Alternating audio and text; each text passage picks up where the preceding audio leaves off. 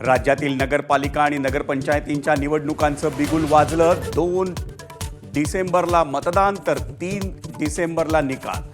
10 ते 17 नोव्हेंबरपर्यंत अर्ज दाखल करण्याची मुभा।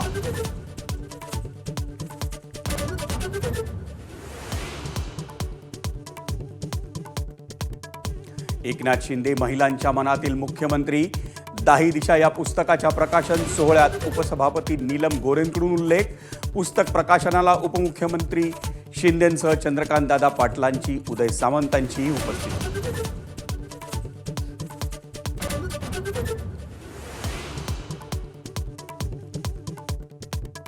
त्रिभाषा समितीचे अध्यक्ष नरेंद्र जाधवांनी घेतली राज ठाकरेंची भेट।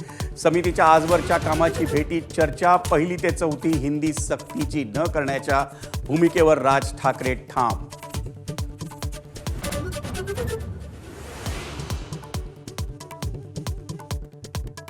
हातावर मेहंदी लावल्यानं 10 ते 15 विद्यार्थिनींना वर्गात बसू दिलं नाही। मुंबईतल्या चेंबूरच्या सेंट अँथनी गर्ल्स हायस्कूलमधली घटना।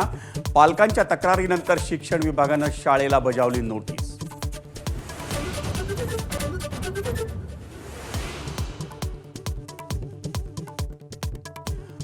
पवईतल्या पोलीस कारवाईत मृत्यू झालेल्या रोहित आर्यच्या प्रकरणात राज्य मानवाधिकार आयोगाकडून चौकशीचे निर्देश। पुरावे गोळा करून सविस्तर अहवाल सादर करण्याच्या सूचना।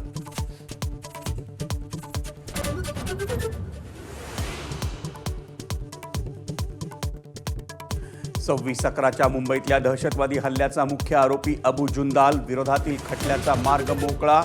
दिल्ली पोलिसांसह परराष्ट्र मंत्रालय आणि नागरी विमान वाहतूक मंत्रालयाची याचिका मुंबई उच्च न्यायालयाकडून मंजूर।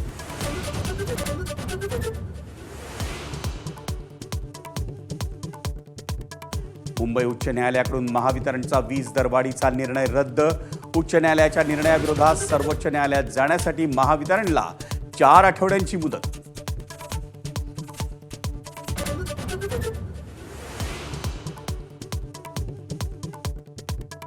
आशिया चषकाच्या सामन्यातलं वादग्रस्त वर्तन पाकिस्तानच्या हॅरिस रऊफला भोवलं।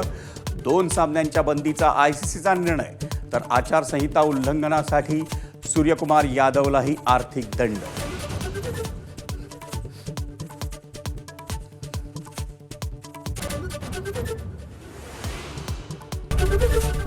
एबीपी माझा, उघडा डोळे बघा नीट।